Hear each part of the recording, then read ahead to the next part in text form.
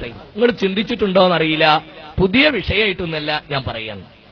മിനായിൽ ദുരന്തം ഉണ്ടായി അല്ലേ?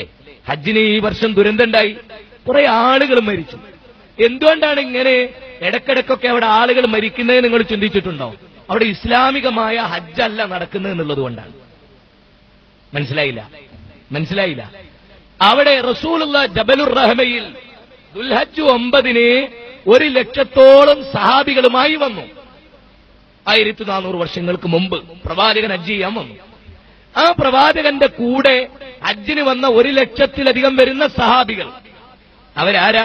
മുവഹിദുകളാണ്, തൗഹീദുള്ള ആളുകൾ, നബിയിൽ നിന്ന് ഹജ്ജ് പഠിച്ച ആളുകൾ, നബി പഠിപ്പിച്ചു കൊടുത്ത ആളുകൾ, നബി കാണിച്ചതിനെ ഫോളോ ചെയ്ത ആളുകൾ. അവരൊക്കെ വളരെ മാന്യമായി ചെയ്തു. ഇന്ന് ഹജ്ജിന് ചെല്ലുന്നിടത്ത് ആരൊക്കെ വരുന്നുണ്ട്? അവിടെ അബൂജഹൽ അവിടെ ഹജ്ജ് ചെയ്യുന്നു, ശിർക്ക് ചെയ്യുന്നവർ ഹജ്ജ് ചെയ്യുന്നു. അബൂജഹലിനെ കൊണ്ട് ഹജ്ജ് ചെയ്യിപ്പിക്കാൻ സമ്മതിച്ചില്ല റസൂലുള്ള അവിടെ. കാരണം എന്താ വെച്ചാൽ അതുവരെ അവർ ചെയ്ത ഹജ്ജ് ഷിർക്കിന്റെ ഹജ്ജാണ്. അള്ളാഹിനോടും പ്രാർത്ഥിക്കും, അള്ളാഹു അല്ലാത്തവരോടും പ്രാർത്ഥിക്കും.